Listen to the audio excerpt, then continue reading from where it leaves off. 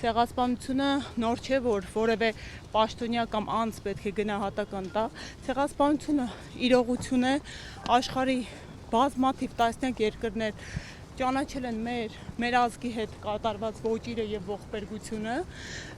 կա կոնվենցիա ցեղասպանության մասին, կա կազմակերպություն, դեռևս Լեպկինը տվել է հասկացությունը ցեղասպանության եւ կարծում եմ Նիկոլ Փաշինյանը չէ, որ պետք է այս հազարամյա պատմության կներեք հարյուրավոր արդեն 111-րդ տարելիցն է եւ տասնյակ տարիների գիտական ուսումնասիրությունների փաստերով արձանագրված այս ոճիրին նոր նրբերանգներ տա։ Սա գիտականորեն ու փաստահեն իրողություն է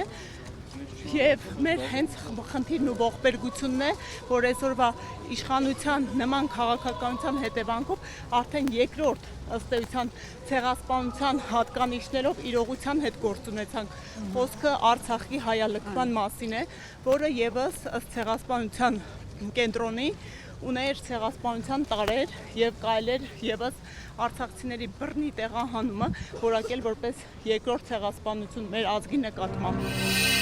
Բաժանորդագրվեք Արմաթ մեդիայի ալիքներին սոցցանցերում։ Հետևեք մեզ նաև Արմաթ մեդիա AM կայքում։